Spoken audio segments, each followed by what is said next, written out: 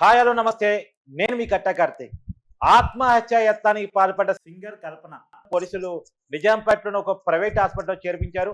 ఆమెకి వైద్య పరీక్షలు నడుస్తా ఉన్నాయి. ఆమె వైద్యం సంబంధించి డాక్టర్స్ కూడా మీడియా ముందుకు వచ్చి మాట్లాడారు. ప్రస్తుతం ఆమెకి సమస్య క్లీన్ చేసినట్టు, ఆమె వెంటిలేటర్ స్థాయి నుంచి ఆక్సిజన్ తీసుకునే స్థాయిలో ప్రజెంట్ ఉన్నట్టు తెలుస్తా ఉంది. ఆమెకి లంగ్స్ ఇన్ఫెక్షన్ కూడా వచ్చినట్టు తెలుస్తా ఉంది. అయితే ఇప్పుడు కల్పన ఆత్మహత్య చుట్టూ అనేక వివాదాలు నడుస్తా ఉన్నాయి. ఈ వివాదాలు పక్కన పెట్టేస్తే ఒక స్థాయి లేనటువంటి వాళ్ళు, మెచ్యూరిటీ లేనటువంటి వాళ్ళు, మానసిక స్థితి బాగలేనటువంటి వాళ్ళు ఆత్మహత్య చేసుకున్నారంటే ఒక రకం. ఒక స్థాయిలోకి ఎదిగినటువంటి వ్యక్తులు, సెలబ్రిటీ హోదాను అనుభవిస్తున్న వ్యక్తులు, సమాజాన్ని చదివినటువంటి వ్యక్తులు, వీళ్ళు కూడా ఆత్మహత్యలు చేసుకుంటున్నారంటే కారణాలు ఏంటి? వాళ్ళు డిప్రెషన్కి ఉన్నటువంటి అంశాలు ఏ రకంగా చూడాల్సిన పరిస్థితి కనపడతా ఉంది. దీని మీద మాట్లాడుకునే ప్రయత్నం చేస్తాం. మనతో ఉన్నారు ప్రముఖ సైకాలజిస్ట్ రాధిక గారు. మేడం నమస్కారం. మేడం నమస్కారం కార్తీక్. మేడం, సింగర్ కల్పన గారు అంటే చాలా హిట్ సాంగ్స్ మనకి గుర్తొస్తాయి. ఎస్పి బాలసుబ్రహ్మణ్యం గారితో కలిసి పాడినటువంటి వ్యక్తి ఆవిడ. చాలా హిట్ సాంగ్స్ ఉన్నాయి తెలుగులో. అలాంటి ఒక స్థాయి ఉన్నటువంటి వ్యక్తి, ఒక స్థాయిని అచీవ్ చేసినటువంటి వ్యక్తి, ఆ వ్యక్తి కూడా డిప్రెషన్ లోనే ఆత్మహత్య చేసుకోవడానికి ఎలా చూడాల్సిన పరిస్థితి కనపడతా ఉంది? ఇది మనం ఇలాంటి సమస్యలు వచ్చినప్పుడల్లా వీటి గురించి మనం ఒక మాట్లాడుకుంటున్నాం, వదిలేస్తున్నాం. ఇక్కడ వ్యక్తిగత స్థాయికి మానసిక స్థితికి అన్నది ఈ రెండు డిఫరెంట్ విషయాలుగా మనం చూడాల్సిన అవసరం ఉంది. అది అకాడమిక్ గా కావచ్చు, ఒక ఆర్ట్ కావచ్చు, దేంట్లోనైనా సక్సెస్ సాధించిన వ్యక్తి మానసిక సంబంధాలు, మానసికమైన దీంట్లో వీక్ గా ఉండకూడదని, అంటే అందులో ఇంకా ఎక్కువ రిస్క్ ఉంటుంది ఇలాంటి వాళ్ళకి. ఎందుకంటే వీళ్ళు పబ్లిక్ లైఫ్ లో ఉంటారు కాబట్టి ప్రతి విషయాన్ని, అంటే పర్సనల్ విషయాల్ని చాలా కష్టపడతారు గోప్యంగా ఉంచుకోవడానికి. అందుకోసం వాళ్ళకి మెంటల్ ప్రెషర్ ఎక్కువగా ఉంటుంది. వాళ్ళ సమస్యల్ని బయటకి అందరిలాగా ఫ్రీగా చర్చించలేరు. ఫ్రీగా ఆ హెల్ప్ కోసం కూడా అప్రోచ్ అవ్వడం వాళ్ళకి కష్టం. ఎందుకు? ప్రతి విషయం సెన్సేషన్ అవుతుంది. ప్రతి దాన్ని కూడా ఇవాళ రేపు ఈ మీడియా అన్నది, సోషల్ మీడియా కావచ్చు, ప్రింట్ మీడియా కావచ్చు, ఏ మీడియా అయినా ప్రతి చిన్నదాన్ని సెన్సేషనలైజ్ చేస్తున్న ఈ రోజుల్లో వాళ్ళకి పర్సనల్ స్పేస్ ఉండడము అన్నది చాలా కష్టం అవుతోంది.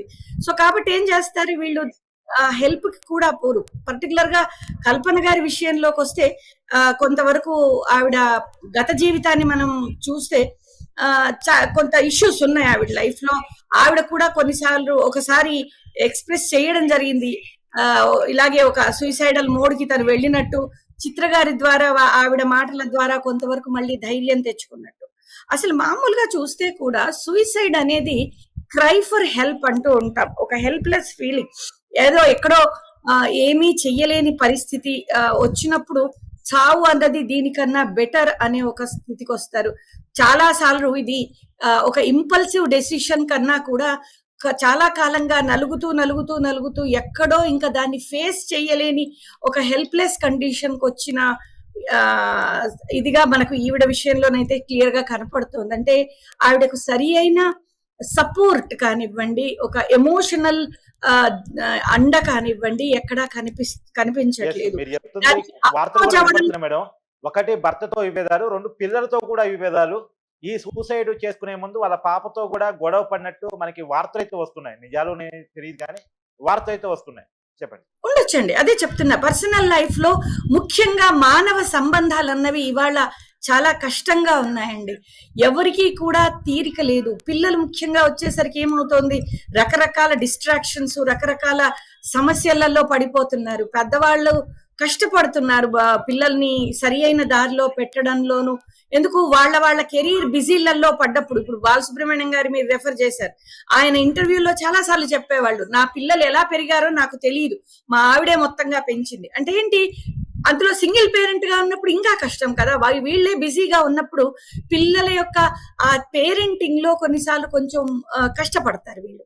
సో ఈ రకంగా ఏ సమస్యలు ఉన్నాయో ఆవిడకి, అది ఎవరికి చెప్పుకోలేక, సరి అయిన సపోర్ట్ తీసుకోలేక ఏ రకంగా సతమతమయ్యారో తెలియదు. ఎందుకు?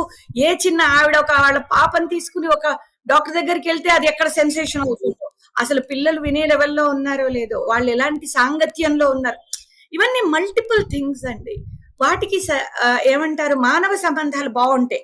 ఫ్రెండ్స్ విషయంగా కానివ్వండి, రిలేటివ్స్ గా కానివ్వండి, సమస్యలందరికీ సహజం.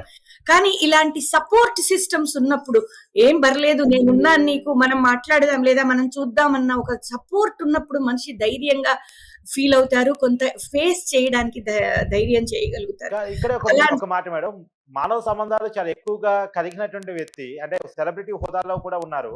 ఆమె సమాజాన్ని చదివారు. సహజంగా సామాన్య జనం ఏం ఎక్స్పెక్ట్ చేస్తారంటే ఎవరికన్నా ఏదైనా ఇబ్బంది వస్తే వాళ్ళు మోటివేట్ చేయగలరు, వాళ్ళు మంచి చెప్పగలరు, వాళ్ళు చెప్పే మాటల పట్ల జనాలంతా ఆతృత చూపిస్తా ఉంటారు. కానీ అలాంటి వాళ్ళే ఇలాంటి మానసిక స్థితిలో పడిపోతే దాన్ని ఎలా చూడాలని పరిస్థితి కనపడతా ఉంది. పర్సనల్ సైకాలజిస్టుని కూడా పెట్టుకోగలిగే కెపాసిటీ ఉన్నోళ్ళు కదా వీళ్ళంతా. అవునండి. అవును. అవును. అవును. కానీ ఎక్కడో అదే చెప్తున్నా.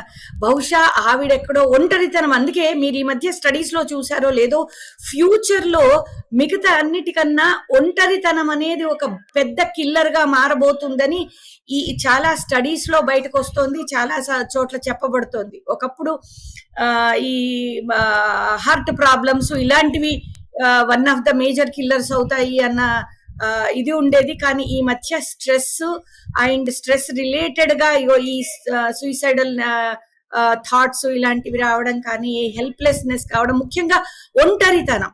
ఇప్పుడు ఈవిడ విషయంలో మానసికంగా ఒంటరిగా అంటే ఫిజికాలిటీ కాదండి, మానసికంగా కూడా 100 మందిలో ఉండి కూడా మీరు అన్నట్టు 100 మంది చుట్టూ ఉన్న మానసికంగా దగ్గరైన వాళ్ళు ఎంతమంది ఉన్నారు అన్నది ముఖ్యం. కార్తీక్ గారు, ఇక్కడ సెలబ్రిటీ అనగానే చుట్టూ వందలు వేలు లక్షల మంది ఉన్నా ఎంతమంది నిజానికి మనని అర్థం చేసుకుని మనకు ఒక సపోర్ట్ సిస్టమ్ గా ఉండగలిగిన వాళ్ళు మన చుట్టూ ఉన్నారు అన్నది చాలా చాలా ముఖ్యం. అది ఏమంటారు, నంబర్ వల్ల రాదండి. ఇవాళ యాజ్ ఆన్ టుడే దురదృష్టం ఏంటంటే ఎవరికి వినే ఓపిక కూడా లేదు. ఒకళ్ళు సమస్య చెప్పుకుంటుంటే అందరికీ ఉన్నాయి, నీకు ఉన్నాయి, ఏంటి పెద్ద సమస్య ఉంది, పట్టించుకోకూడదు, చాలా ముందుకెళ్ళిపోవాలి, ఇలా మాట్లాడే వాళ్ళం ఎక్కువైపోయాం తప్ప, అరే ఈ మానసికం ఇదొక సమస్య, అరే ఒకళ్ళకి అవసరం ఉంటుంది, రేపు నాకు కూడా అవసరం పడుతుంది. ఒకప్పుడు చూడండి పల్లెటూర్లలో కానీ సమిష్టి కుటుంబాల్లో వినేవాళ్ళు ఉన్నారు. ఇవాళ సమిష్టి కుటుంబాల్లో కూడా వినడానికి ఎవరూ లేరు. అందుకే మానసికంగా ఒంటరితనం అన్నది మనుషులకు ఎక్కువైపోతుంది. కార్తీక్ గారు, ఇది ఒక అన్నట్టు ఏములో కూడా ఒంటరితనం క్లియర్ గా కనపడుతుంది. ఆమె నిద్ర మాత్రం ఎప్పుడు మింగిందో కరెక్ట్ గా ఇంకా తెలియదు, కానీ 2 రోజులుగా ఆమె ఇంటి తలుపులు మూసి ఉన్నట, ఒంటరిగానే జీవిస్తున్నారంట, భర్త లేరు, పిల్లలు లేరు, ఒంటరిగానే ఇంట్లో ఉంటున్నారంట. 2 రోజుల తర్వాత కానీ అపార్ట్మెంట్ వాసులు గమనించి పోలీసులకు సమాచారం ఇచ్చాక తెలిసిందంటే, అదే నిజం చెప్పాలంటే లక్కీ అండి. ఇవాళ రేపు 2 కాదు, వారం రోజులు తలుపులు పెట్టున్నా పట్టించుకొని నైబర్స్ ఉన్న ఏమంటారు ఇలాంటి గేటెడ్స్ లో వీటిలో ఎవడు ఎవరిని పట్టించుకునే వాళ్ళు లేరండి. Lucky thing is that somebody చూశారు, అదృష్టం. మీ మాటల ప్రకారంగా షీ స్టేబుల్ నౌ. దేవుడిని ప్రార్థిద్దాం, ఆవిడ సేవ్ అవుతారు అండ్ ఆవిడకి సరి అయిన సపోర్ట్ మెడికల్ ఇది దొరుకుతుంది అని. కానీ ఈ ఒంటరితనం అనేది పెరుగుతుంది. ఇదొక అలారం ఫర్ మనందరికీ కూడానండి.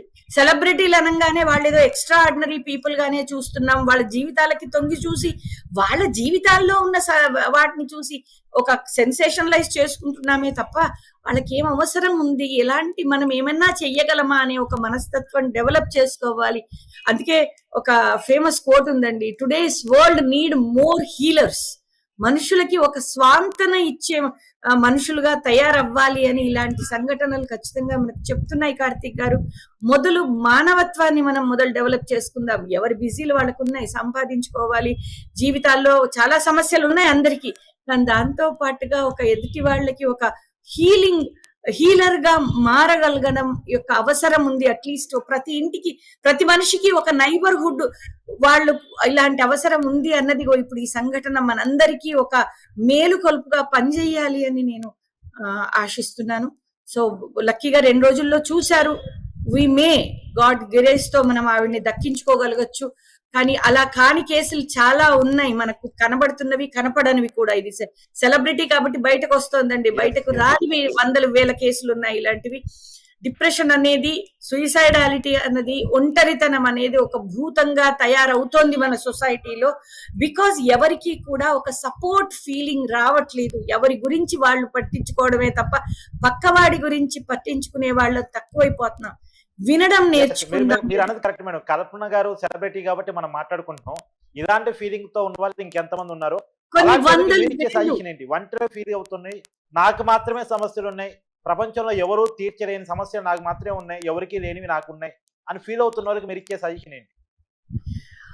అట్లీస్ట్ ఓపెన్ గా మాట్లాడడం నేర్చుకోవాలి కార్తిక్ గారు. మనకి ఇవాళ రేపు ఇన్హిబిషన్లు ఎక్కువైపోయాయి. మన గురించి ఎవరికీ తెలియదు కూడదు.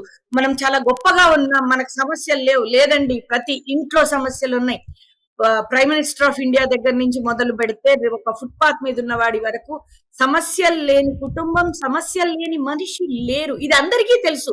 స్టిల్ ఎవరికి వాళ్ళ దగ్గరకు వచ్చేసరికి మాట్లాడడం నేర్చుకోవాలి. దాంతో పాటుగా జనాలు వినడం కూడా నేర్చుకోవాలి. ఎదుటివాడు ఒక మాట్లాడుతున్నాడు అన్నప్పుడు సమస్య వినడం నేర్చుకోవాలి. అలాంటి వాళ్ళు లేకపోయినా కూడా ఒక ప్రొఫెషనల్ హెల్ప్ తీసుకోవడం అన్నది మొదలు పెట్టాలి. మనకేం దొరకలేదో ఎదుటివాడికి ఇవ్వడం మొదలు పెట్టాలి. మనకెవరు లేరు, ఒంటరిగా ఫీల్ అవుతున్నాం అనుకున్నప్పుడు ఆ ఒంటరితనం ఎదుటి వాళ్లకు అది కనిపించకుండా చేయడం వల్ల కూడా మనం బయటపడ్డ వాళ్ళం అవుతాం. మనకు ఒక ఆశ అనేది డెవలప్ అవుతుంది లైఫ్ లోపల. సో సర్వీస్ మోటో రావాలి. విషయాల్ని ఓపెన్ గా మాట్లాడుకోగలిగిన అవసరమైన వాళ్ళతోనే అలాంటి క్లోజ్ సిస్టమ్స్ డెవలప్ చేసుకోవాలి. నాకెవడూ లేకపోయినా పర్లేదు, డబ్బుంటే చాలు నేను బతికేస్తాననే మనస్తత్వం డెవలప్ అవుతుంది, which is very very dangerous mentality. ఎంత డబ్బున్నా మనకి మనసు ఒకళ్ళతో ఒకళ్ళు పంచుకోగలిగిన సర్కిల్ ఉండాలి. అది ఫ్రెండ్స్ కావచ్చు, రిలేటివ్స్ కావచ్చు, అలాంటి వాళ్ళని డెవలప్ చేసుకోవాల్సిన అవసరం ఉంది. ఎందుకు, ఒకప్పుడు న్యాచురల్ గా ఉండేవారు కార్తీక్ గారు, ఇవాళ మనం అలాంటి సర్కిల్స్ మనం డెవలప్ చేసుకోవాల్సిన అవసరం ఉంది. ఇక్కడ నేను ఒక ఇంటర్నేషనల్ ఒక వెరీ ఫేమస్ సర్వే కోట్ చేయదలుచుకున్నాను. హార్వర్డ్ యూనివర్సిటీ వాళ్ళు గత 70-75 సంవత్సరాలుగా ఒక లాంగిట్యూడినల్ రీసెర్చ్ చేస్తున్నారు. ప్రపంచంలో ఎవరు చాలా హ్యాపీగా ఉంటున్నారు, బాగా డబ్బున్న వాళ్ళ, సెలబ్రిటీ హోదాలో ఉన్న వాళ్ళ, హై పొజిషన్ సిఇఓలు, కంపెనీలు పెట్టి సిఇఓలుగా ఉన్న ఇలాంటి హై పొజిషనల్ గా ఉన్న వాళ్ళ, చాలా అందంగా ఉన్న వాళ్ళ, ఇలా ఎవరు ఎక్కువ హ్యాపీగా ఉన్నారని వాళ్ళ దగ్గర చదువుకుని హార్వర్డ్ యూనివర్సిటీ అల్యూమినీల మీద వాళ్ళు ఒక రీసెర్చ్ కండక్ట్ చేస్తున్నారు. ఒక సర్ప్రైజింగ్ థింగ్ బయటకు వచ్చింది. మనందరం చాలా ముఖ్యంగా తెలుసుకోవాల్సిన విషయం ఇది. డబ్బున్న వాళ్ళు కాదు, అందం ఉన్న వాళ్ళు కాదు, సెలబ్రిటీస్ ఉన్న వాళ్ళు కాదు, హై ఎండ్ పొజిషన్స్ ఉన్న వాళ్ళు కాదు, హ్యూమన్ నెట్వర్క్ ఎవరికి ఎక్కువగా ఉందో, ఎవరైతే మానవీయ సంబంధాలు ఎక్కువగా ఉన్నాయో వాళ్ళు హ్యాపీగా బ్రతుకుతున్నారు. దిస్ ఈస్ ద 75 సంవత్సరాల నుంచి కన్సిస్టెంట్ గా ప్రూవ్ అవుతున్న నిజం ఇది.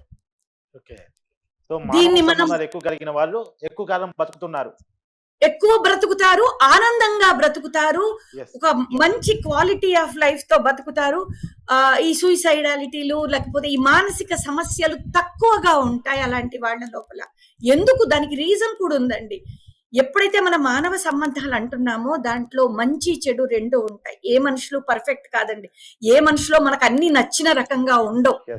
మంచిని స్వీకరిస్తూ చెడుని డీల్ చేస్తూ ముందుకు పోతేనే ఒక సంబంధం నిలబడుతుంది.